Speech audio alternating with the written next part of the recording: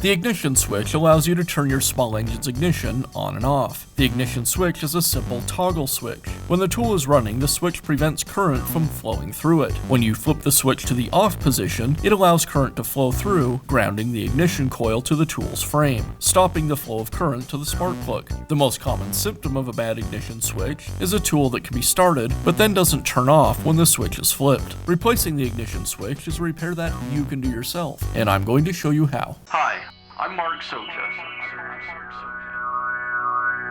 Do-it-yourself repairs like these are easier than you might think.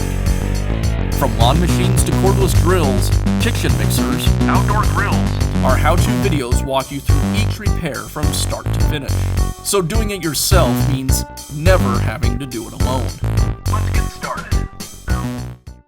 I'll begin by removing the nut that secures the switch to the handle. Now remove the black portion of the handle. It's held in place with a plastic clip that I access from the underside of the handle. I'll use a screwdriver to pull the clip open.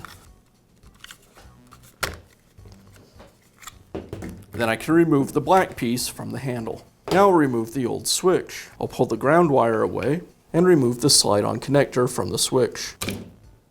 Now install the new switch. I'll slide it into the slide-on connector and place the grounding wire back over the post. I'll remove the new nut that comes with the switch and slide the wire on. Now I'll reinstall the handle cover.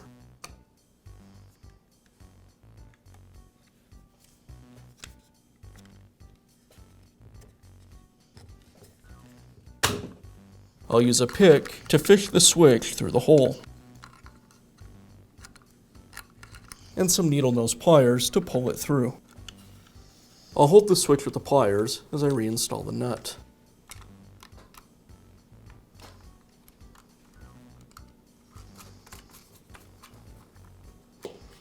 And I'll secure the switch with the nut.